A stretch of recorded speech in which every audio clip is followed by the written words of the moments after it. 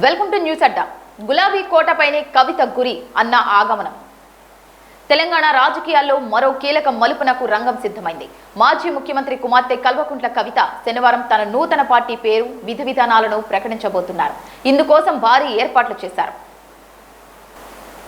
రాష్ట్ర వ్యాప్తంగా చర్చనీయాంశంగా మారింది. అయితే ఈ కొత్త పార్టీ లక్ష్యం ఇతర ప్రత్యర్థులు కానీ ప్రధానంగా బీఆర్ఎస్ పార్టీ ఓటు బ్యాంకును కొల్లగొట్టడమే. కవితకు వచ్చే ప్రతి ఓటు బీఆర్ఎస్ నుంచే వస్తుందని ఆమెకు కూడా ఈ విషయంపై పూర్తి స్పష్టత ఉంది. కవిత ప్రకటించబోయే పార్టీ విధానాలు, చేరికలు అన్ని బీఆర్ఎస్ పార్టీని బలహీనపరిచే దిశగానే సాగుతున్నట్లు కనిపిస్తోంది. పార్టీలో అసంతృప్తిగా ఉన్న ద్వితీయ శ్రేణి నాయకత్వాన్ని, తనతో గతంలో కలిసి పనిచేసిన క్యాడర్ను తన వైపు తిప్పుకోవడం ద్వారా బీఆర్ఎస్ పునాదులను కదిలించాలని ఆమె వ్యూహరచన చేస్తున్నారు.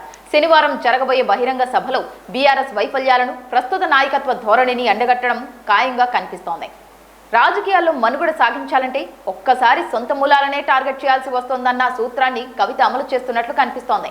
బీఆర్ఎస్ పార్టీకి ఉన్న తెలంగాణ సెంటిమెంట్, క్యాడర్ బలాన్ని తన కొత్త పార్టీకి మళ్లించుకోగలిగితేనే ఆమె రాజకీయ భవిష్యత్తు నిలబడుతుంది. అందుకే ఏ మాత్రం మొహమాటం లేకుండా బీఆర్ఎస్ ఓటు బ్యాంకునే తన పార్టీకి ప్రాతిపదికగా మార్చుకోవాలని ఆమె కృతనిశ్చయంతో ఉన్నారు.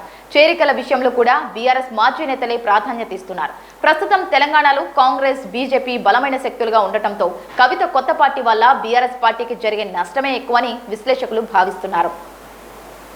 కవిత పార్టీకి పడే ప్రతి ఓటు బీఆర్ఎస్ ఖాతాల నుంచి తగ్గేదే కావడంతో ఇది అంతిమంగా గులాబీ పార్టీకి శరాఘాతంగా మారనుంది. తండ్రి నీడ నుంచి బయటకు వచ్చి సొంత పార్టీ ద్వారా బీఆర్ఎస్ ను సవాల్ చేయడం అనేది తెలంగాణ రాజకీయాల్లో ఒక కీలక పరిణామం కానుంది.